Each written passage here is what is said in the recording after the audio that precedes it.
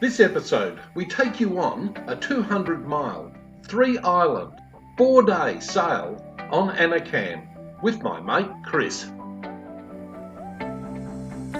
We left the port of Bundaberg just after sundown, and you can see the bioluminescence lighting up off our stern. Our heading was just short of due north. G'day guys. We're doing an overnight passage from the port of Bundaberg out to Lady Musgrave Island. Probably see you all in the morning when the sun comes up. Catch up. And the sun did come up. We've always said this is the best part of the day to be at sea.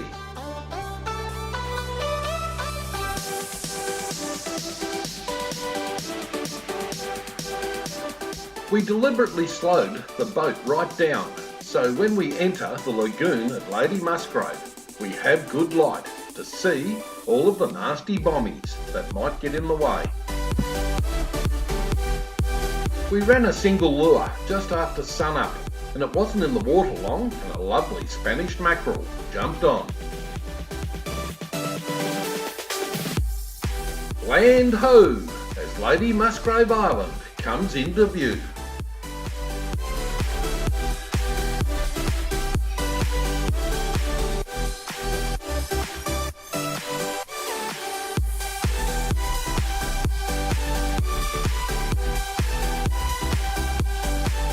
With Chris up on the bow, armed with the Polaroids, spotting the bommies as we enter the lagoon. Lady Musgrave Island is a 14-hectare coral cay on Australia's Great Barrier Reef. With a 1,192 hectare surrounding reef, the island is the second southernmost island in the Great Barrier Reef chain of islands. The island is named after Lady Lucinda Musgrave, the wife of Sir Anthony Musgrave, a colonial governor of Queensland. We jump in McKenna and head into the island to have a look around.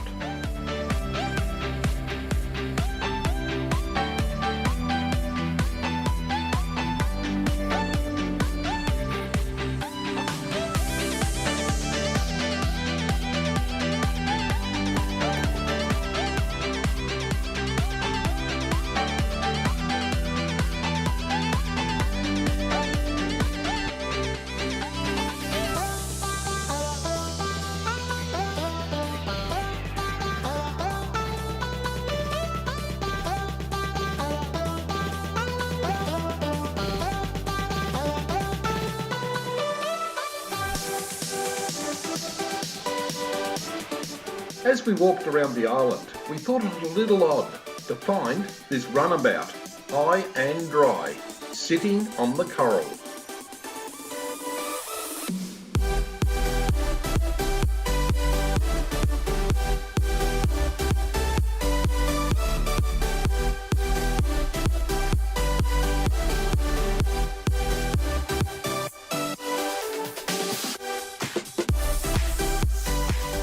We walked right around this small island, including a short stop to have a look at the Lady Musgrave Lighthouse.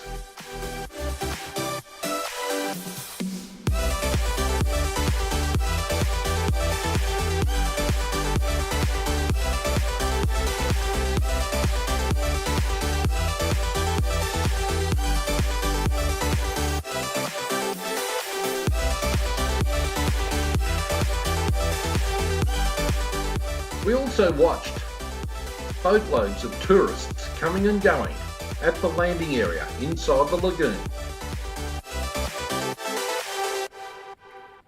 Who's for a good feed of spaghetti bolognese, including the garlic bread? This is a magic location to watch the setting of the sun.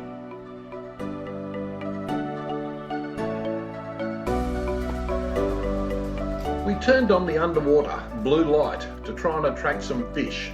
Only a few little tackers came in to have a look. After a very peaceful night at anchor, this is what we woke up to the next morning.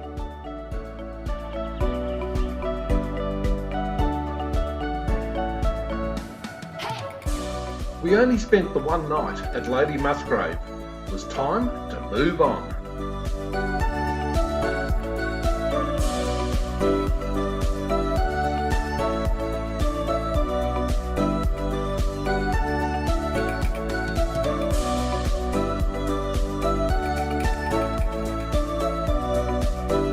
Underway, with Chris up on the bow with the Polaroids on once again.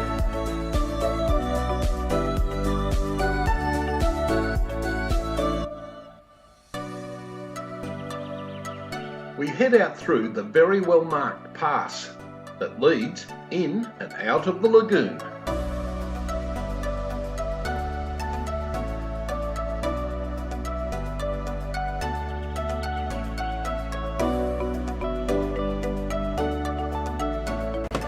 We say see you later to Lady Musgrave Island from the east side.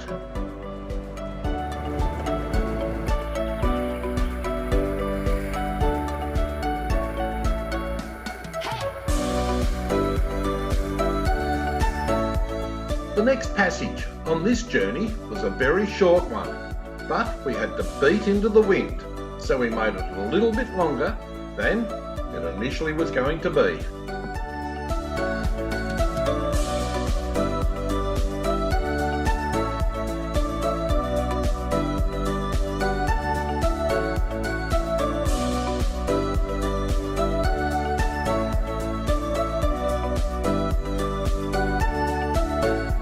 Even on a close reach, it was still a sparkly day out on the water.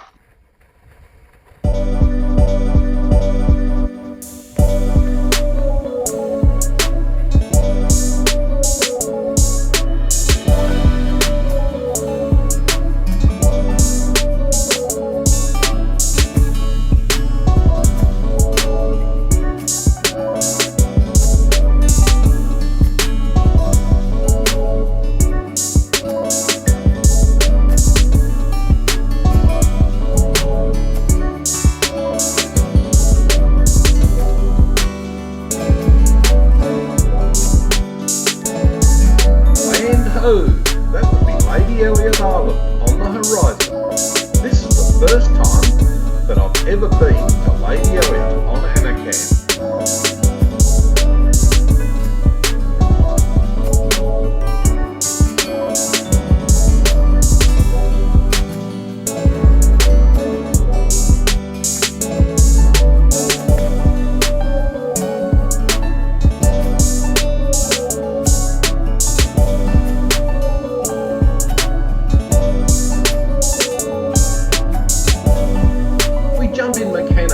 Head in to have a look around.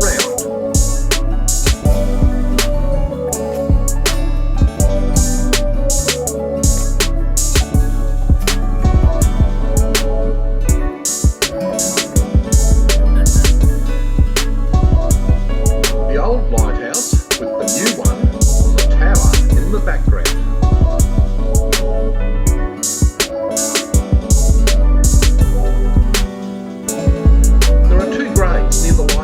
One is the 30-year-old daughter of the first Lady Elliot lightkeeper. She had been born on the island and lived most of her life there. She contracted pneumonia and died in 1896. At the time, stores ships only called at the island once every 4 months. The other grave is the wife of a ship's captain who died at sea. She had made her husband promise to bury her on land, and Lady Elliot Island was the first land they reached.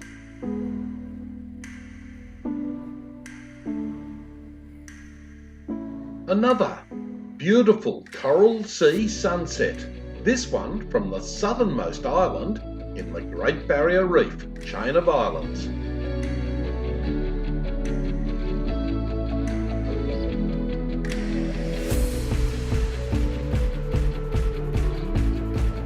Just after sunrise the following morning, we got underway once again. This time we sailed off the anchor as we said see you later to Lady Elliot Island.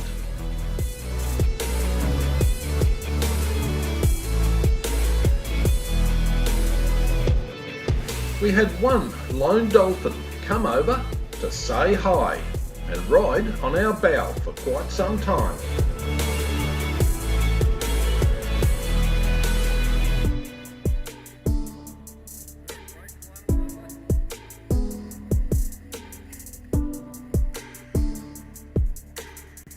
Inside the saloon, watching the water swoosh by as I cook chicken parmigiana wraps for lunch.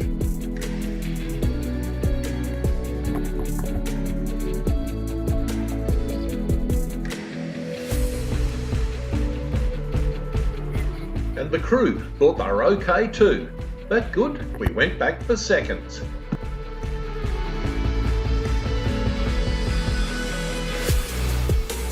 Land ho again. That would be Fraser Island up ahead. Or to be more precise, that would be Rooney's Point on Fraser Island.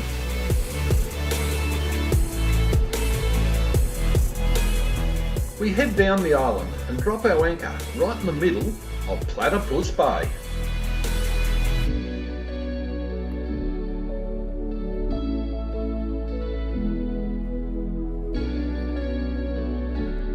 Chris loves a good workout and a challenge. He's looking at those sand cliffs just ahead.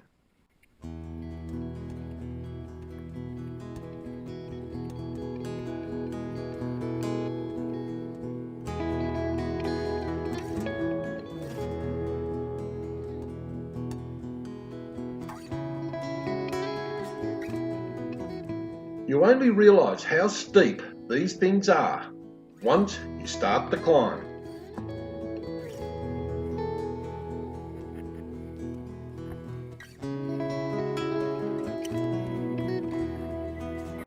This time, a beautiful Fraser Island sunset.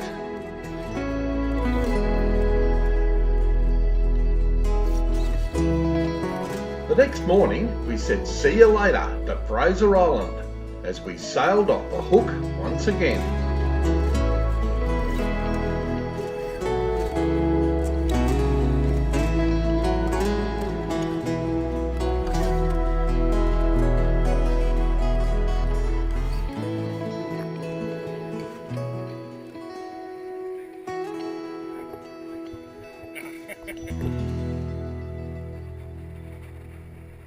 This part of the passage turned into quite a boisterous sail as we had 15 to 18 knots of breeze on a beam reach.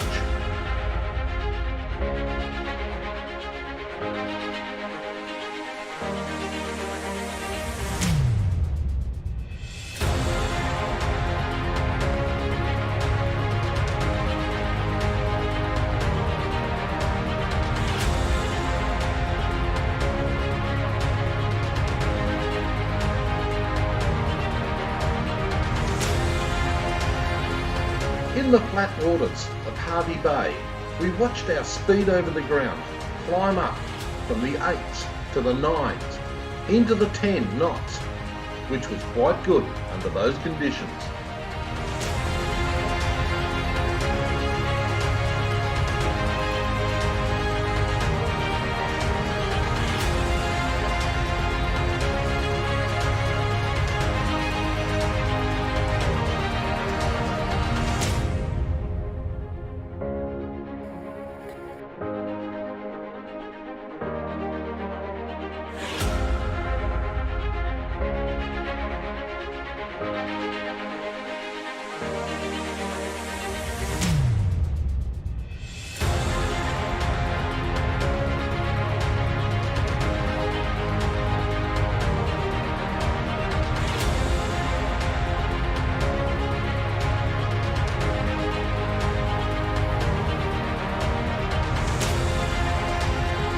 Everything was going extremely well until our helms let go.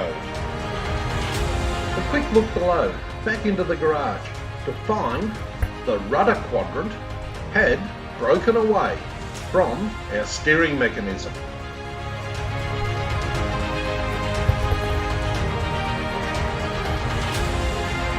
This meant no control over our rudder from the helms or the autopilot.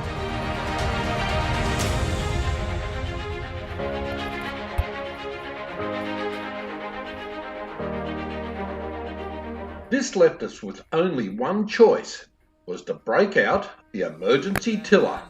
And some of this footage I took the following day, just to show you how it all works. To use the emergency tiller, it's just a simple process of lifting the hatch behind the helm seats and attaching the open end of the tiller onto the top of the rudder stock.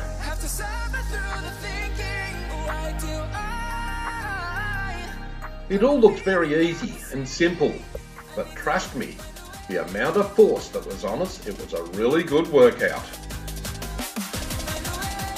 Back to the real-time footage, showing us hooked up, still doing over 8 and 9 knots on the emergency tiller.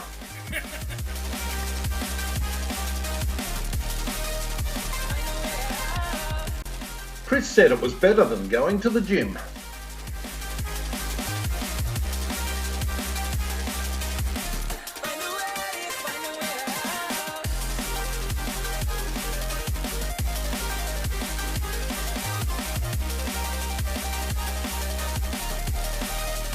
After a while, we found that by keeping the tiller between our knees and using our body movement, we're able to steer in the direction we desired to go.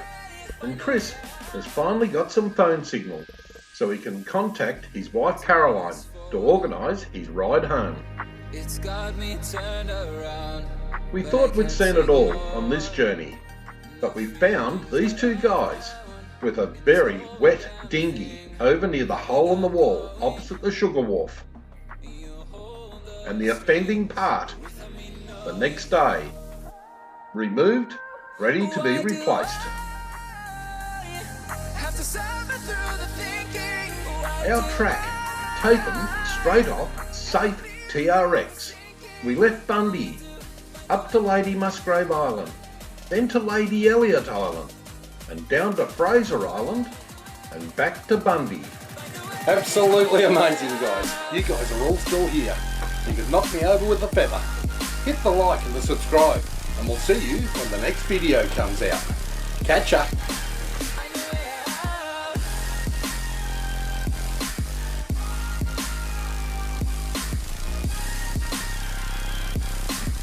In life, it happens.